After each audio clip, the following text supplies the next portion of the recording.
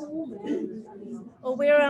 the Zoom people are joining us as we speak. So welcome to the Zoom people.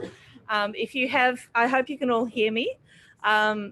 Welcome to this event. There are more people coming through, so we'll just be letting them in over the next minute or so.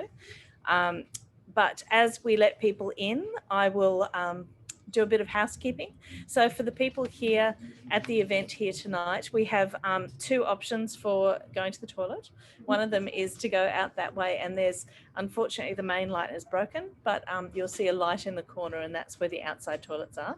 It's the quickest way, but also if you go upstairs and down the corridor, there's also a toilet up there that you can use. The bar is open and will be open at the end of the event tonight as well, which is really great.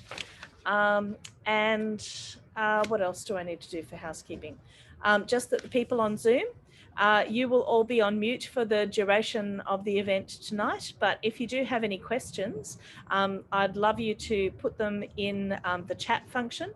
And then we've got a little system where they get texted to me in here from the other Zoom where they're managing it at the counter. So it's all a little system. So welcome to all the people who are coming through tonight. So we are going to start our event. So I'd like to just start by acknowledging the traditional owners of the land that we meet on.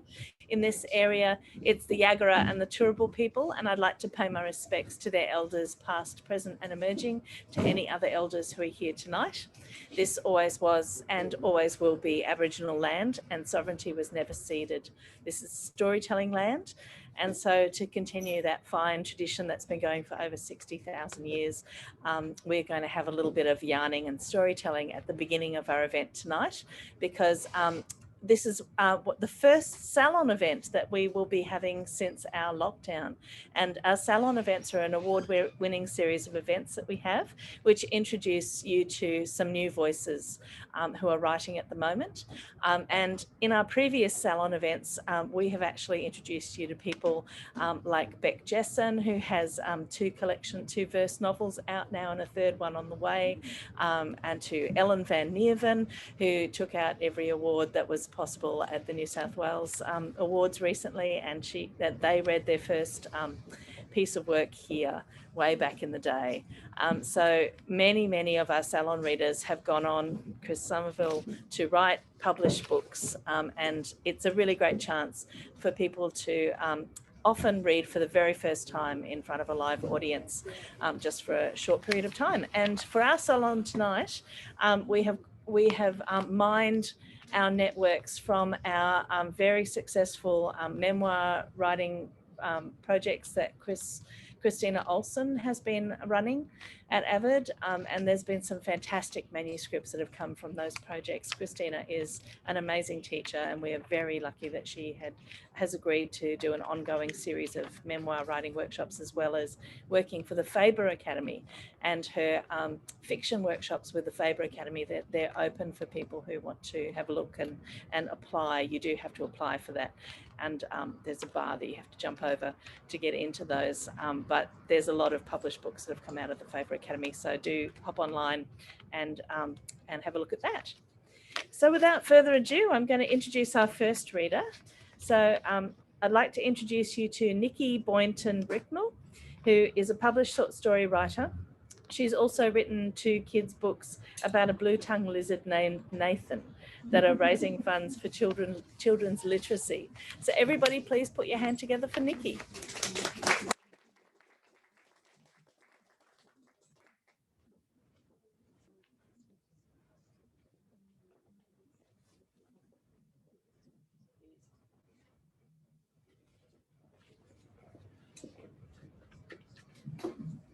Good evening.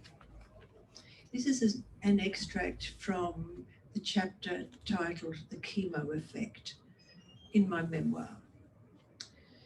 Actually, after chemo, I'm lucky I've got a memory to have a memoir. It's 2021. I've just started a new ritual as I wake in the mornings. You know the morning ritual. Kick the cat off the bed, gaze out the window at the sky, thank God for the new day. Not this time.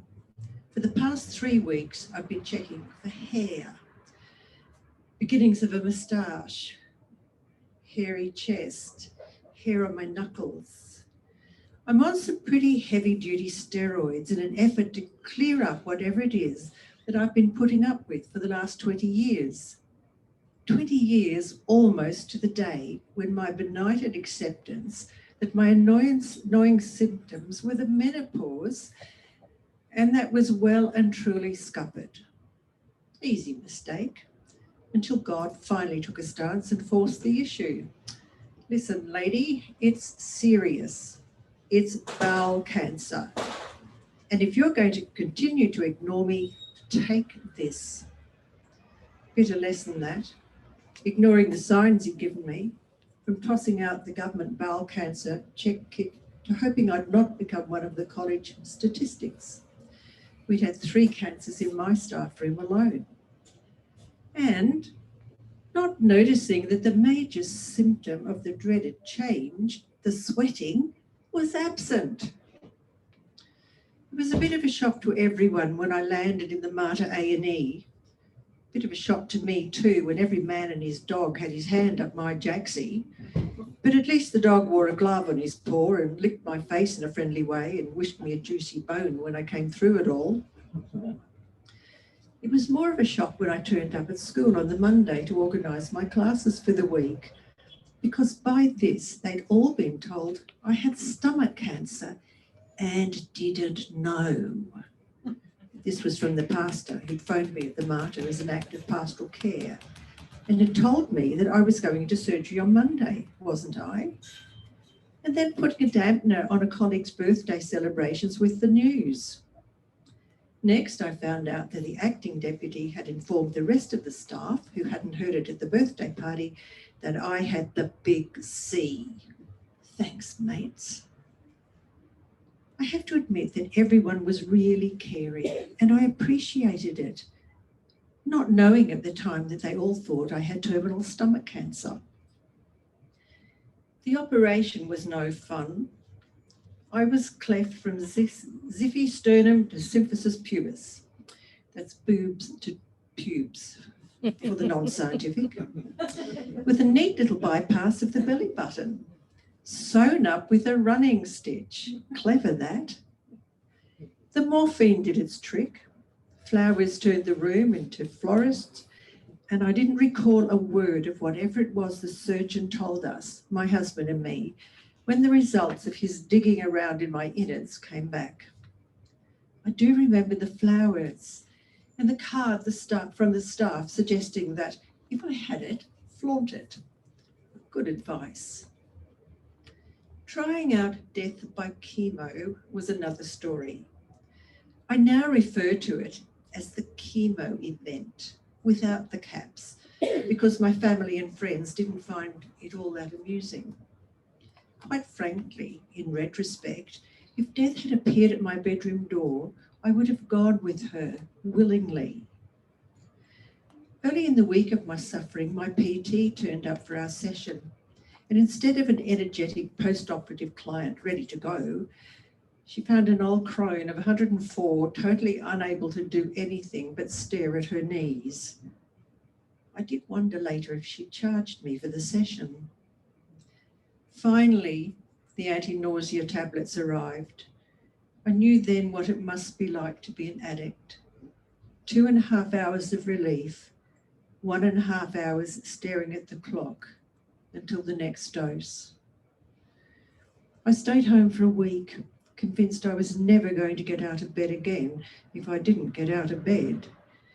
And I blamed the chemo for announcing to the staff at our Friday meeting that I was giving up the treatments and comparing it to sex. If you didn't like it, you didn't have to do it.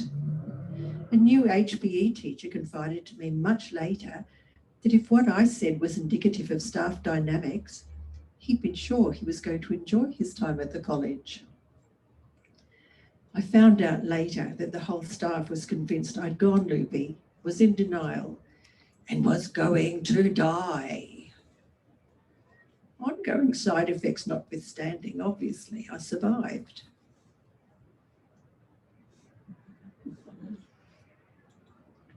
And no hair on my chest yet. That word, Jaxie. Whatever you may think, Jaxie is not a clever modern word. It appeared first in 1896 in Farmer and Henley's slang for, where they offered the definition, Jaxie party, the posteriors. Thank you.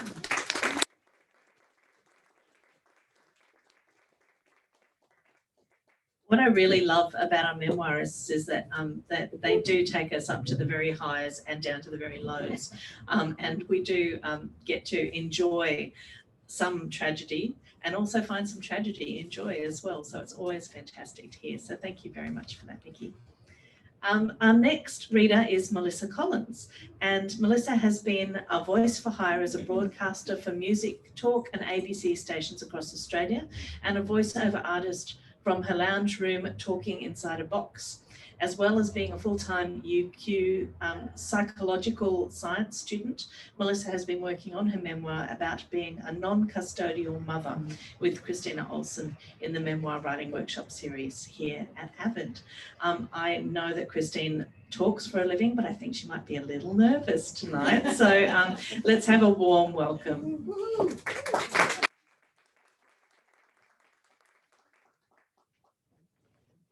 We could just put me in a box. So much better. Okay. Alcohol Land is a desolate and ugly place where beauty can't get a look in, and a gentle touch or reassuring glance or a sorry or an I'm a jerk and it's all my fault can't enter.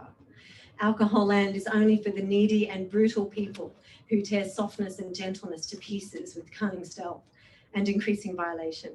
I couldn't keep going to that place with him. I tried. I drank too much too with him. And then I stopped. He stopped. He started again. I left. Oh, if only reality was as simple as writing those words in sequence like that. But the journey in the seconds or minutes in those horrible days toward the end of us was fraught with pain, reigniting my early life trauma and my slide into suicidal hell. My brain, in communion with my heart, decided I simply couldn't take that brand of suffering anymore. I just wanted to be dead. I arrived at the hospital. I didn't want to look, but I had to as I got out of the taxi. I paid the driver. It was expensive. I didn't care. What's expensive when you're going to die? It's an annoying reminder that there's still living care about that shit. I tried to glean from the outside of the building what the inside was like, but it gave nothing away. It was white. It had a balcony. I couldn't see any inmates climbing the railings trying to escape. The sun was shining, the sky was hurt my eyes kind of blue. The taxi driver left my suitcase and me on the footpath. Both the bag and I were lopsided and heavy and worse for wear. I started to do that I must still want to live thing because I put one foot in front of the other towards the main entrance, and then I stopped. I had one more call to make. I can't do this, Annie. I'm so scared. I started to cry. I'm outside the doors and I'm terrified. I cannot go in. A flash of a hand at the end of a suited arm. Another split-second vision of an elasticized tie pulled with one hand off someone's neck. I can't see those faces. I can't do life knowing those faces. I shut that down. I cannot do ancient rising terror today. I can only do nothing, and I'm not doing nothing very well. Are you there yet? Yeah, right out the front. It's big. The beach is down the road. I want to die. Maybe you do, but you wouldn't have flown all the way to Sydney if some part of you didn't want to survive this, she says. I'm so tired of survival. It's overrated. I can't go in. Yes, you can. No, I can't. Yes, you can. No, I fucking can't, and you can't make me. Annie has a great laugh. Other people might use a million words to describe how they feel about something, or they waste words in lengthy explanations. But Annie's laugh says what she wants you to know. Today's laugh says, I'm scared too, but you're going in and you know it. I laughed a little then, except my laugh said, fuck you, world. I'm too tired to fight you anymore. I may never come out, I say. See you in 28 days, you dickhead. I can't call you. I'll try, but I'm not supposed to use the phone much. You can leave a message whenever you like. I'll do that, I promise, she says. I start to cry again. I'm more scared to walk through those doors than I was when I had my next baby after one that died. That's how fucking scared I was. Okay, I love you. I'm sorry. What the fuck are you sorry for? Go in there, get well, come home. See ya. I looked down at my phone and noticed it was almost out of charge. For the first time in probably forever, I didn't have to concern myself with the how or when I might charge my phone. It was to be stored along with my computer and iPad until I discharged. A whole month, my life on hold for a whole month. Like the phone battery wasting down to nothing for a month without me was new to me, so was taking time off. I was checking out of my life for a month and I had no idea what was in store. If I had, I may have cut out the middleman, the hospital, and just made a run for it to the beach right there and then. Since I couldn't stay on the footpath and I couldn't go in, I had to choose the lesser of two evils. Death by suicide was on the footpath with me, or life under someone else's care, concern, or control was waiting inside those doors. I went in anyway. Thank you.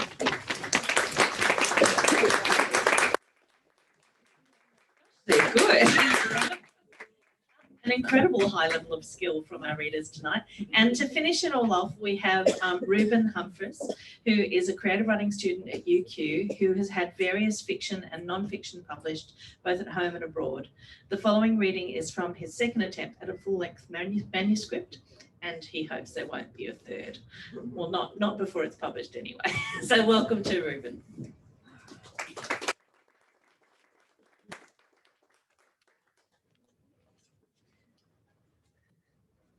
Okay, so this is from a memoir of a couple of years abroad that I spent around about 10 years ago. It's centered around travel, obviously, but also things like trauma, responsibility, relationships, danger, and mainly love. And it's in Samara, Costa Rica in late 2010. Somehow I knew the moon would never again be as perfectly whole as it was that night. I dug my toes further into the sand as I gazed up at it, entranced.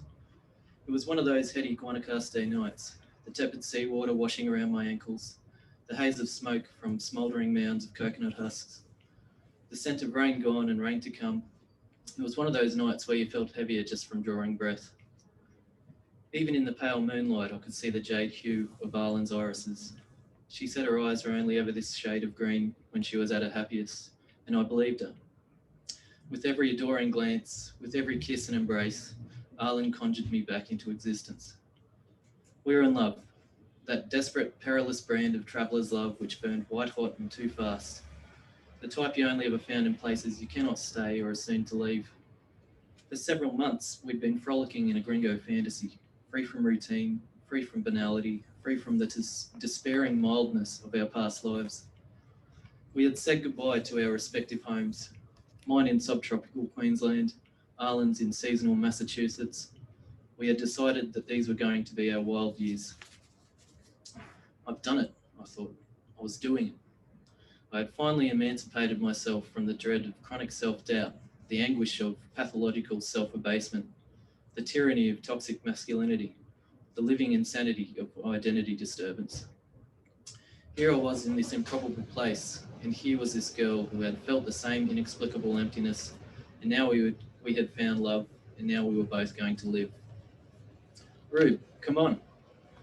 Arlen and Marissa had already started back up the sandy track behind me, weaving through the myriad coconut palm and tropical brush that separated the town from the beach. Defaulted from Arlen's travel companion to the new position of third wheel, Marissa and her casual impatience was a given. I took a final drag of my cigarette before scrunching its cherry into the surf, then turned towards the shadows. If I had caught up to them sooner, I might have seen him coming. But I didn't see him, this menacing figure lumbering towards us in the sandy scrub, not even in the partial glow of a distant floodlight.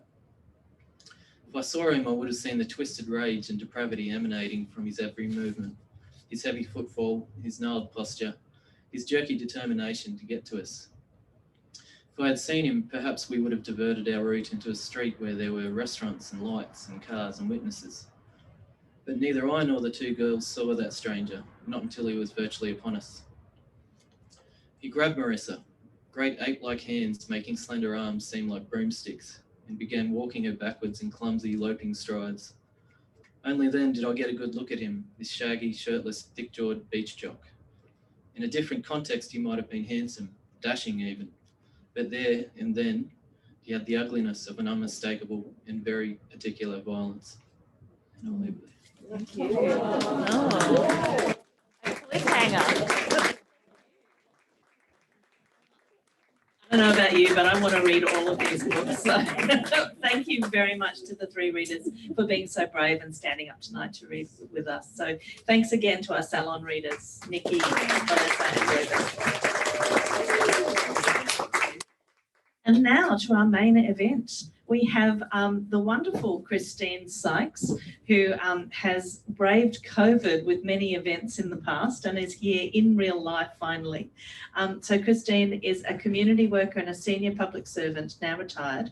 She was born and raised in Albert Street, Cabramatta, in Sydney's western suburbs, and attended Cabramatta Primary School, Liverpool Girls High and the University of Sydney and ANU.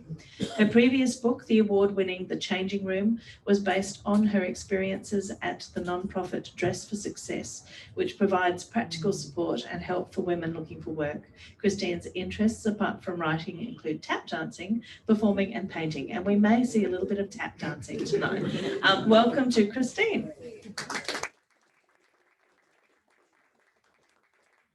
And in conversation with Christine, we have local legend Phil Brown, who is an arts editor of the Courier Mail.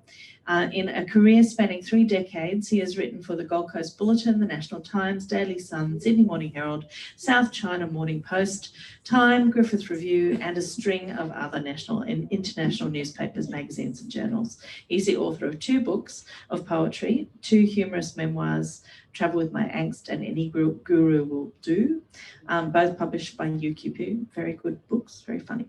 And his most recent book is The Kowloon Kid, A Hong Kong Childhood, which was published by Transit Lounge in 2009. So welcome to Phil.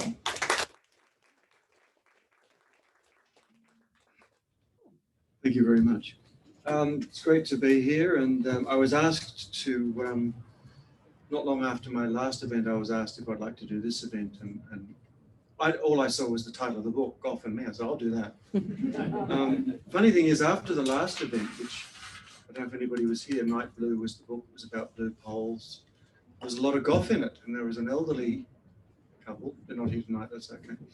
And after the event, and they said something, and we're having a chat, and I said, well, I might see you at the next event. The book about, it's the book called Gough and Me, and they went, oh no. Oh no. Which really surprised me, because who doesn't love Gough? And I was very interested, but strangely, I guess there is, if you look at the political landscape, there might be some people who aren't enamored with Gough. I think there are a few around, given that Gough was one of the most loved and the most reviled leaders that we've ever had in Australia. Being on the loved side, I just forgot about the reviled side. Well, God was Gough God. Gough, same the number of people who call Gough God as a slip, and I suppose to me, in many ways, he was a god. Yeah. Well, he was godlike. Yes, he was. I guess he was godlike. It's very clever, and I guess particularly the aspiring memoirists here tonight, when you're telling a story, it's a memoir, you're going to sort of, how am I going to tell it? You have to find a way in, you have to find a foil. A bit cheeky to sort of align yourself with Gough, but good technique. And you have an excuse because you lived in his street. Just as a digression, there was news on the street yesterday. I don't know if anybody read that. Now, the house that you write about in the book and that you live down the road from is going to be a museum? Yes, it was bought in February by a consortium which included one of Gough's sons, Nick Whitlam, as well as former Premier Barry Unsworth and a few other Labor Union stalwarts. But we've had news come out that the government has provided $1.3 million to the Whitlam Institute to purchase the house and to turn it into a museum and a place for people to come and visit, both because of its importance. I mean, Whitlam lived there for 15 years and was Prime Minister when he was living there. I think also the house itself is quite iconic, so it's also got heritage value.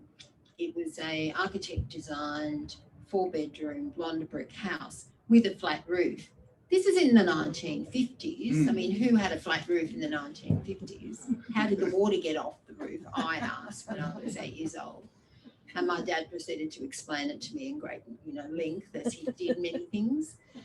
So it's an iconic design. Everybody knows the house. It's been featured in so many magazines and newspapers. And also Gough, of course, celebrated his election victory at that very house and had the party in his backyard.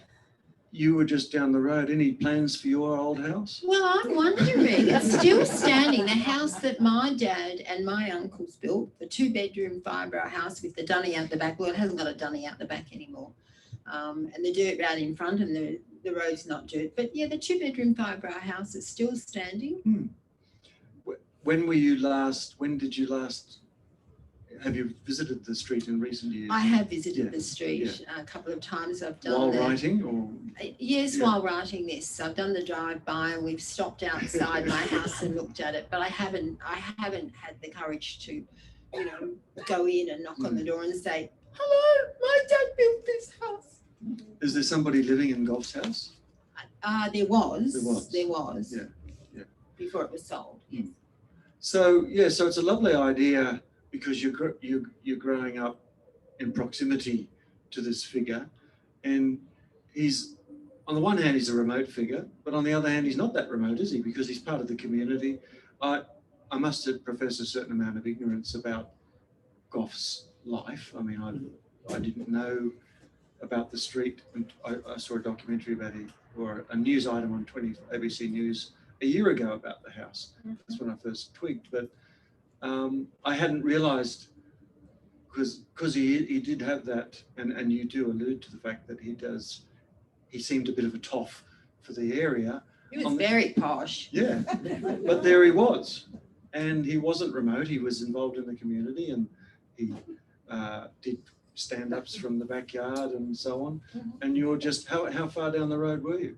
Well, we were, Albert Street's not a very long street, but it's divided in two, and he was up one end and we were halfway down the other end, so not that far. And it is a fascinating proximity, and you knew the kids, and so it's not a stretch to align your story and his, but there's more to it than just aligning it because of proximity to a famous person. It's because the arc of his career and what he gave us reflected itself in your life, my life. We were discussing beforehand, I was a beneficiary of free education. I squandered it, but you didn't. And he still, what he achieved still looms large in the landscape, isn't he? Because he sort of flipped everything. He changed everything, really, didn't he? Or he helped change everything. Yes, I mean, and I mean, as I've written and many other people have written, when he came in government, he changed everything. He didn't leave anything untouched.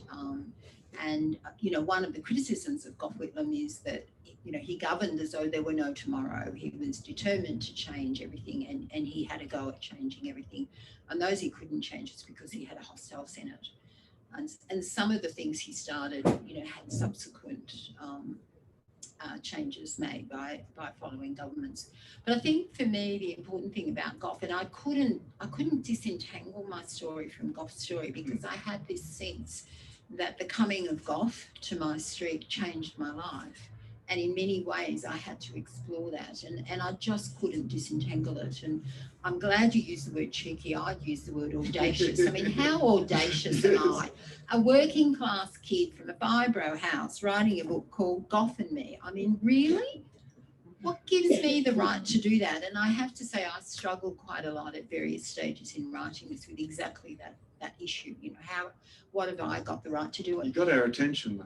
I did. And I also think, in retrospect, I think it's really important that ordinary people like me write stories about the impact of politicians and important people on them. And Gough is one of those people who changed so many people's lives, including mine, both while he was in opposition. And one of the things I wanted to explore was his impact as an opposition member and leader, subsequent leader, while he was in government for 3 years. This man only had 3 years, and look what he did. And we've still got the legacy of that today. And I guess that was the other thing I wanted to explore, was the legacy that remains of Gough. You know, for you and me, through education, through health, through even children's services, much as some have been wound back, through services for women, again, diluted, but still there. Our laws, you know, our Race Discrimination Act for a start, which led to a whole lot of things happening. And I really wanted to try and draw that out, but in the context of its impact on me. And yeah, and when you think about it now, and you look at the country as it is, and the expense of education, and you know how expensive the arts degrees are now, and so on, it seems kind of criminal, really. And yet we had this enlightened, you know, period, and we sort of threw it away to a certain degree. Do you agree? Yeah, look, I think Gough would have been appalled, or was appalled, when, in fact, it was Bob Hawke. Let's call it like it is. It was Bob Hawke who brought in Higgs, and I know that Gough was appalled at that and was very angry about that. And until I'm sure the day he died, he kept getting letters from people saying, "Free education, university education changed my life." So it was, I think, one of the policies that he was most proud of and most angry when it was changed. Having said that, I think one of the things that did happen as a result of free tertiary education was it changed people's expectations, women in particular, but not only women, men as well, and working class people and people from really poor backgrounds. It changed their expectations to see that it was actually a possibility to go to university. I mean, for me growing up, I would have even thought of going to university. Like, the only people I knew other than Gough and Margaret who went to university, and for goodness sake, Margaret Whitlam went to university. Who knew a woman who went to university? My parents didn't even go to high school. The only other people were the doctor and the dentist, and I knew I wouldn't be a doctor or a dentist. So I certainly didn't have those, you know, smarts. So young people today, even though they might not go to university, I think we've changed the expectations about that. And yes, it is harder than it was with Gough, and there are fees and people are carrying huge debts. But there's an expectation that you can at least think about that. One of the interesting things you do too in the book, and as you'll read, is that it's not just a straight, pardon me, telling. You actually take us, so there are the italicized passages that take us back to the time where you're writing as it is now. So you sort of, so how did you come to that method? Because you're writing it straight and then you lapse back as if you are in that moment. Yeah, I guess what I really wanted to do with the memoir was move it from where it started, which was a series of this happened, then that happened, then that happened, into a story, into a narrative. And I really, in many ways, went back to some of the first principles of storytelling to think about what kind of a story is this. And also to weave together my story with social and political events, because there's sort of threads running through it, and I wanted to try and weave them so it took people with them. And that's where I guess doing the stories where I'm in the first person, which was the big decision to go to some passages in first person. It doesn't always work as a method, but I hope it's worked this time. And then to italicize that, to sort of pull it out and try and I guess to put the reader in that situation. So I'm not just telling you, I'm trying to take the reader with me on my journey. When you imagine those sorts of things, how good is your memory? I mean, how do you take yourself back there? How do you do that? Well, different methods. I mean, obviously, my very earliest memories are affected by what other people have told me, my mum's stories, my aunt's stories, etc. And where I've been able to, I've tried to verify my memory of events and dates and things like that. And sometimes I found I was a bit out, that I thought something happened when I was much younger, but, you know, when I spoke to someone else who was there, I realised that wasn't the case. But it is a memoir. So, yeah, so where I could, I verified facts. You don't want to let the facts get in the way of the But good you story. don't want to, exactly, like, you know, it's a story, and it's your story. And it's my story, and, you know, if I want to use my memory and say my memory is better than your memory, well, you know, let's get it on. Yeah. And I think that is the nature of memoir, that it is memory, and our memories are very coloured by what associations we have with memories, and you know, other people who were there, you know, my sister and I have quite different memories, and there are a few things I put in here that I had to double check with her. It's a fascinating area of memoir, isn't it? It is. I think it is. It's a Proustian thing. It's a, you know, when I wrote my memoir, there's a passage involving my brother. He disagreed with it. I said, well, that's my story. He says, yes, as you remember it. Well, exactly. Well, I had to take one of my stories out because my cousin swears blind that I'm wrong, but anyway. Oh, you took it out?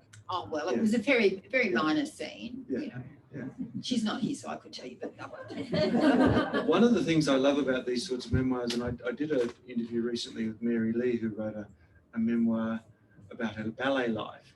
But the part that I really was interested in was her early life in Rockhampton and what it was like, and it was quite visceral. The same is with your early childhood. Now, you and I are of a certain age, and if I tell my son's stories of my younger years, it's like Fred Flintstone telling a story. Life was just so physically different, wasn't it? It was. No sewerage? No sewerage, the dunny up the backyard, you know, the veggie patch, the chooks, you know, the walking around, you know, we went everywhere barefooted, we wandered the streets, we in little packs, and we wandered down the creek and, you know, caught tadpoles or whatever and tried not to be too frightened of the eels that we thought would bite us. And it was a different time, and some people say it was halcyon, and in some ways it was. I mean, I look back and I know that I was quite privileged in a lot of ways. You know, okay, we weren't that well off, but, you know, I had a dad, I had a mum. You know, my dad brought the paycheck home, he paid the bills. I mean, there are a lot of families who were far worse off than I was. But I think, so I wanted to capture that for people and to put it on the page. And I also wanted to capture place, because Cabramatta is really important to me. And Cabramatta itself has gone through enormous transition as a place.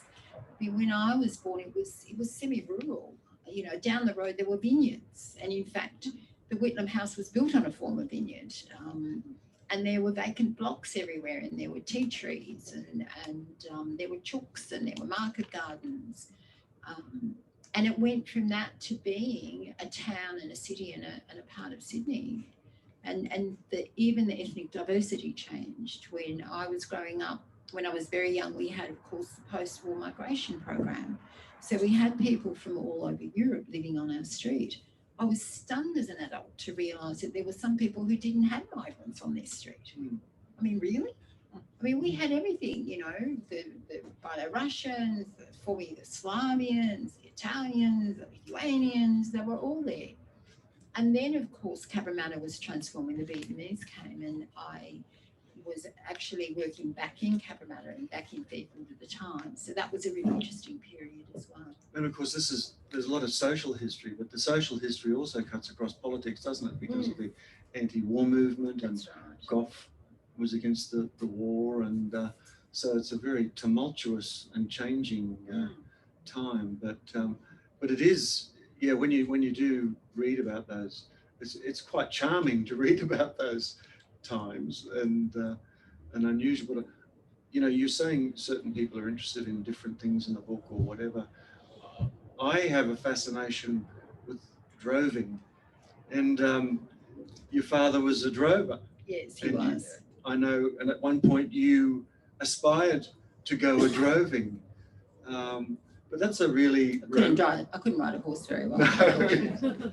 But I can understand why you did want to go droving. But what sort of stories did your father tell about that life of droving? Did he tell much about it, or? He told some stories. Because he went very young, didn't he?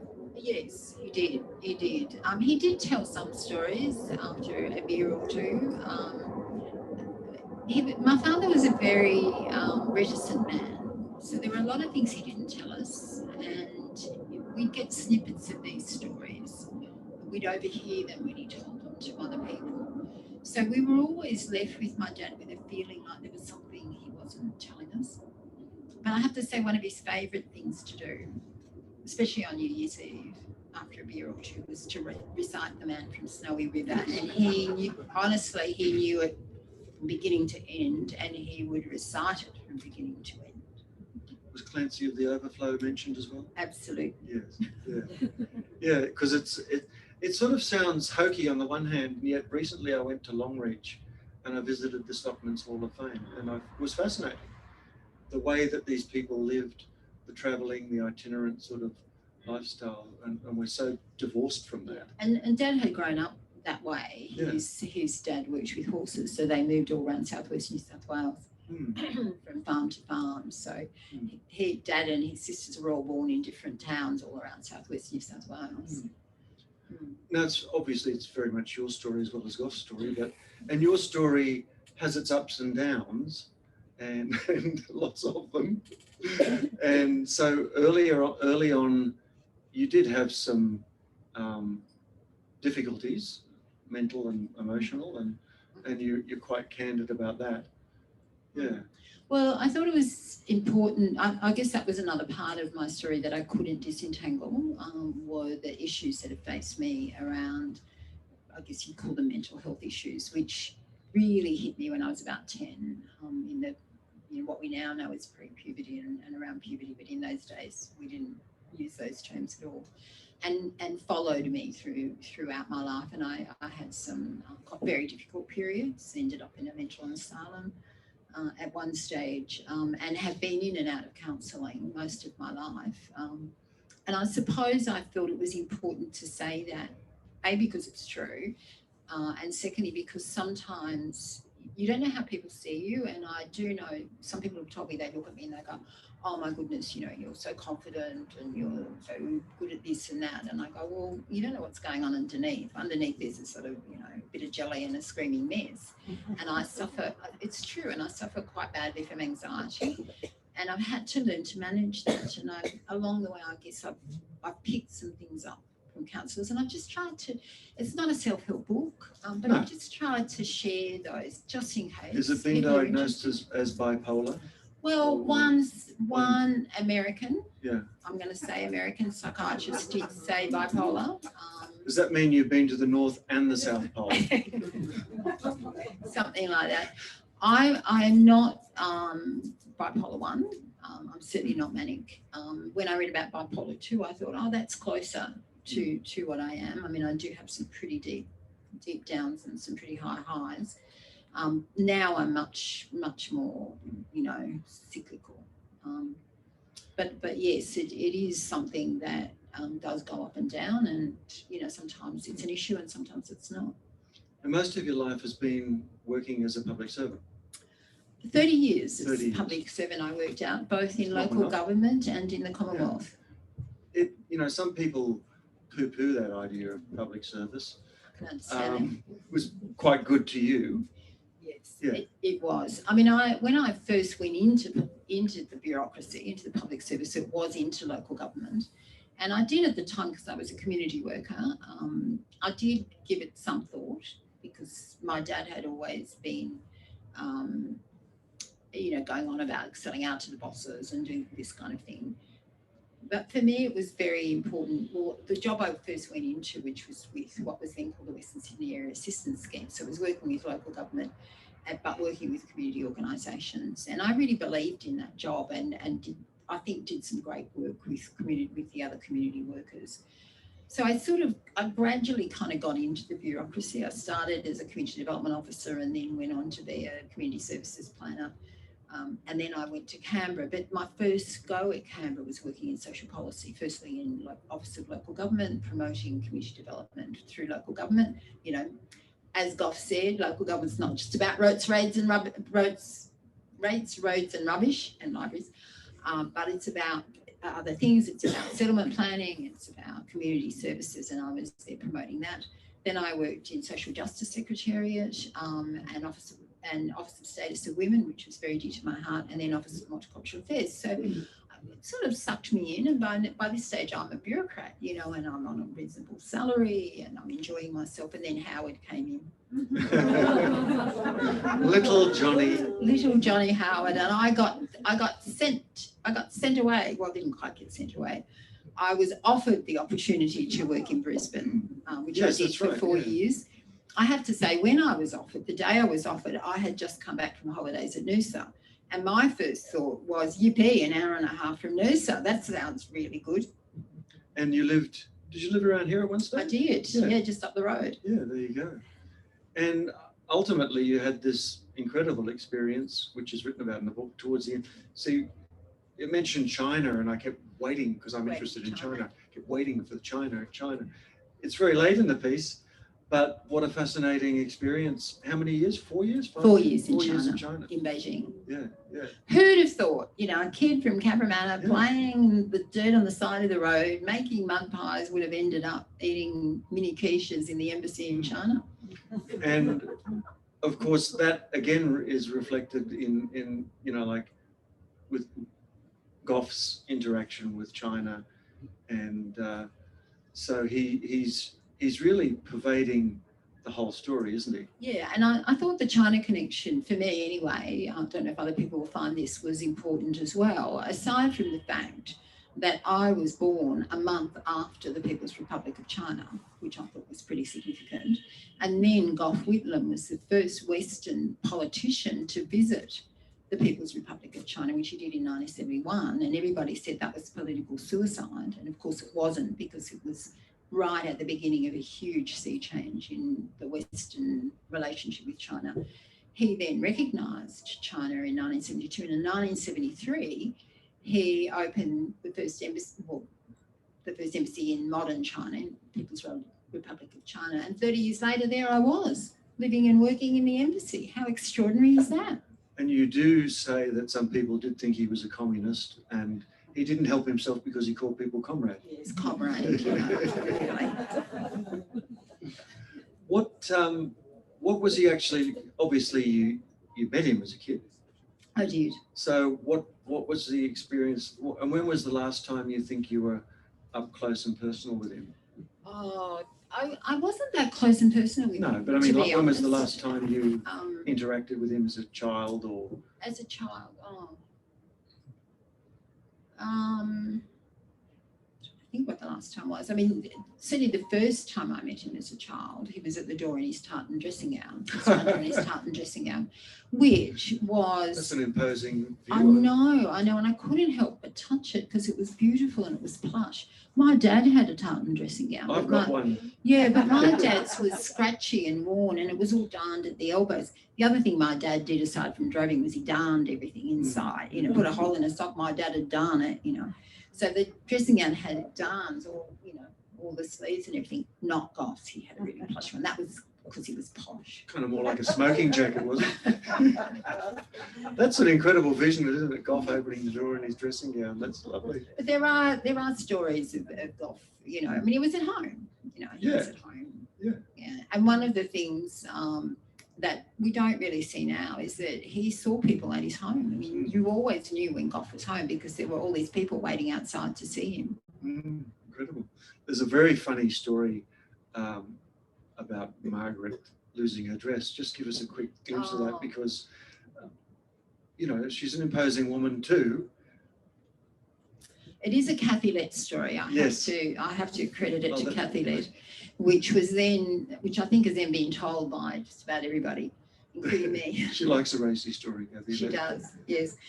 And it was when Gough was living and working in the embassy in Paris, which is a Seidler designed embassy, just by the way, which Gough had turned the sod for him. And they were entering a very flash restaurant in the Bois de Boulogne. In fact, it's so flash. When we were in Paris last, we were walking through the Bois de Boulogne. It was really hot, and I wanted a drink of water, and I opened the door of this particular restaurant and was just too terrified to go in. It was so, talk about posh, it was super posh. Anyway, so Margaret and Gough arrive in the, the big limousine or whatever they were in. They get out, they're about to walk in, they're just getting in, everyone's going, you know, hello, hello. And Margaret's underpants fell down. It happens. I mean, what would you do? She just stepped out of them and kept going. Yeah. That's classy. I should say also, it is a story about your family life. Is your husband here this evening? Or he didn't make it back from the bar? Well, he's hiding. Oh, is he? That's right. And your son, Beau. Beau, yes. And of course, you do talk about Beau's rambunctious youth, and he was okay with you telling the story of his truancy? Well, I did tell him he really should read this. In fact, he almost took the book. He really should. He has. He nearly took the book over, so much so that I think he should write his own memoir. He hit a pretty windy path when he was around the time when he went to high school. That was in Cabramatta. He went to Cabramatta Primary, as did I, and he went to Cabramatta High School. He had friends from a range of cultures, Chilean, etc., and Vietnamese. And he decided that it was much more interesting to hang out at the local Vietnamese restaurant than it was to go to school. So he spent a lot of time at the Chinese restaurant. And I discovered later that when I was a community worker at Fairfield Council, I used to go often with my colleagues to lunch at this particular restaurant, and he'd be hiding out the back, and I didn't know that. So he probably spent more time there than he did actually in school. And I found out later, he told me much later, many years later, that he knew members of the 5T gang, which were quite notorious at the time, and was very close to that culture. We had the opportunity to move out of Cabramatta around that time when he was about 15, and went to Canberra thinking that, how could you get in trouble in Canberra? Well, he found a way. Quite a lot of people have got into trouble in Canberra. Yes. No, I went to a rough, tough, surfy school, and I was involved in a certain amount of truancy when there was an offshore breeze. So I like that. Mind you, he only just got his leaving certificate, and several years later, he went back he went to university. He's now got a doctorate. I know, I read, so give me a break. Happy ending. We're just about to throw to questions in a second. I just wanted to say, so when did Gough die? Remind me. 2014. Had you formulated an idea of writing anything at that stage, or? Yes. When I retired, I wrote my life story, and it sat for a while because I was doing some other things. And then a friend of mine read it for me. She'd written her memoir, which had been published. And she said to me, you've got two choices here. You can either just leave it for your family, or you can turn it into a memoir. And by the way, there's a memoir writing course in Paris at the end of the year being run by Pattie Miller. All I heard was Paris. Yeah. And it was around the time of my birthday, which is at the end of the year. So I got all excited about this and talked to John, and let's go to Paris. So we did. And while I was in Paris, just before I was to have my one-on-one with Pattie Miller, do any of you know who Pattie Miller is? She's Australia's doyen of memoir writing. Am I allowed to say that? I was about to have my one-on-one with Pattie, and Gough died. And I thought, oh my God, what am I going to do now? How can I write a memoir about the man who's just died, So, but all my body was tingling, saying, I have to do this. This is the right thing to do. But it's so audacious. How can I do that? Will people think that I'm just riding on the coattails of a great man, etc., etc.? So I had my meeting with Pattie, and I said, this is my problem. And she said, well, you've got to write it. You can't not write it. She said, firstly, your story is unique. Nobody has your story. There are a lot of people who have Gough's story, but nobody has your particular story. It's a unique story. You've got a unique voice. You've got to write it. And yes, we really need somebody to write about what was the impact of Gough Whitlam from the point of view of a working class kid. Good thinking. So that kind of gave me the gumption to keep doing it. Of course, there were many drafts afterwards, and much more angst went into it before I got to this And stage. putting Gough in the title, that helps. Chrissy, are you going to facilitate Yes, I will. some questions? Do we have some questions from the Yeah, if audience? there's any from the audience here, please just raise your hand and we'll ask some questions. I think that it's really fantastic for some of the memoir students who are actually here to see the results of, firstly, someone who's done a memoir course, and Pattie's course is, a similar kind of thing to what Chris's course is, but also to see that framing device, because you can write your memoir, but you've got this amazing framing device which you can insert your own story into as well, which is just a fantastic thing to do. Question over here. I've actually got two questions that are possibly unrelated. Other than the story you just told about Pattie encouraging you to write, prior to that, what was your driver to write and the idea of writing a memoir? And my other question is, what was the work you did in China? Well, the work I did, I'll start with China. I was the regional director for immigration based in Beijing. So I was responsible, I guess, for our posts in Beijing, Shanghai, Guangzhou, Hong Kong. Wasn't a post, but our operations in Taiwan and Japan. Yeah. So it was a sort of management, diplomacy, liaison kind of job. It's great fun. You weren't a spy. I'm not allowed to tell you. And the memoir. And the memoir. Well, specifically the memoir. I've been dabbling in writing for a long time. Let me put that on the table. But when I very reluctantly retired in 2000 and whenever it was, 2012, end of 2012, I did not want to leave work. Let me tell you, when the secretary of my department called me in and suggested that I might leave, I was devastated. And partly because I thought I was pretty cool, pretty good worker, but also because I thought, what am I going to do with my life? I'm no domestic goddess, let me tell you that right now. And I'm not a gardener, I'm a weed puller, which John hates because he thinks weeds should be left alone. So what was I going to do with my life? And I thought, well, I didn't think. I actually went to a writing event and one young writer said to me, well, why don't you treat it like a writing sabbatical? And I thought, well, that's a good idea. Maybe I could write. So writing actually gave me a reason to be. And I did sign up at that stage for a writing course. The memoir idea came because I did a very short course in life writing. And my initial idea, to be honest, was to write a story about somebody else. But about an hour in, I thought, oh gosh, it's really hard to write a story about somebody else. You've got to get all these people to agree, and et cetera, et cetera. And I don't even know if I can do it. So maybe what I should do first is write about myself, because at least I sort of know myself. And if I don't like it, it's only me, So that's how I started writing the life story. Yeah. Don't think we've got any on Zoom. If there are any questions on Zoom, make sure you pop them in the chat function. But is there anyone else from the audience who have any questions tonight? No? And I think that we are right from Zoom as well. Is there one more there? Yes. Thank you, Christine, for giving me an insight into an Australian family in Cabramatta. As a child of Dutch immigrants, it's been a good explanation for a lot of the people I've worked with in my working life in the public service. You lived the multicultural dream in Cabramatta, but our Gough was not the greatest of multiculturalists, was he? Oh, I don't know if I completely agree with that. Whether he was the greatest or not, I mean, he certainly did recognise the need for a multicultural policy. And I mean, Al Gosby, I guess, was the beginning of all of that.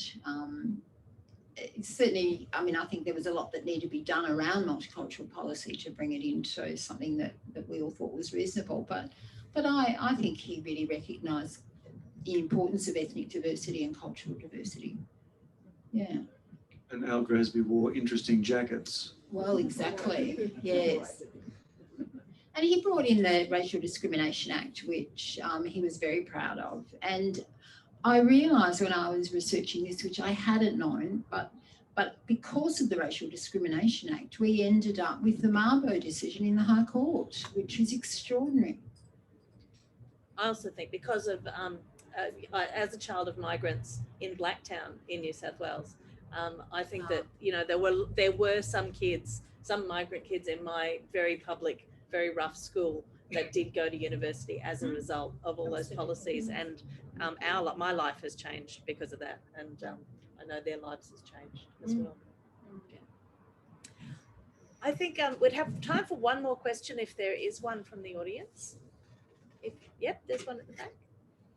Thank you, and he's a hero of mine as well, but I have to admit Margaret is my hero, and I'm just wondering in the book, which I haven't read yet, there's anything about that extraordinary partnership with Margaret. I never think of one without the other. I think of them as like pigeon pair, very large pigeon. Yeah. I haven't specifically addressed the partnership. I think that's been extremely well addressed by other people who've written about Gough and Margaret.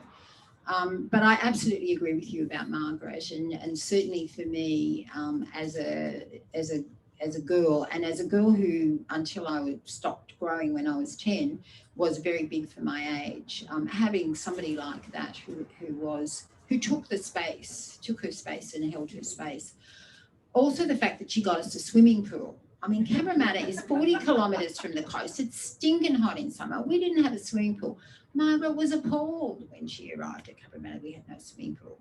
So she got a swimming pool. She not only got us a swimming pool in conjunction with Edna Ryan, who was a local alderman, another amazing woman, but she was the president of the swimming club, and she coached people, and she was at the pool when I was training swimming. So she was so much a part of the community, and Gough often credited her with a lot of his understanding about issues. And I mean, she was a person in her own right.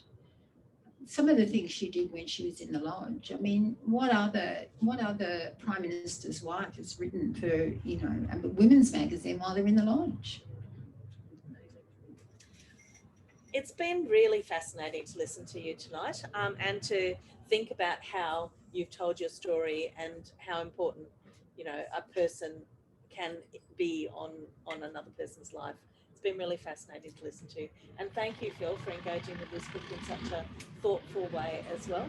I'd like everyone to put their hands together to thank Phil.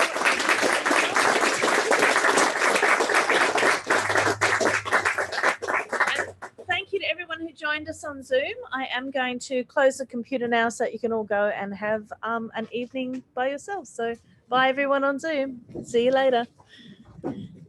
And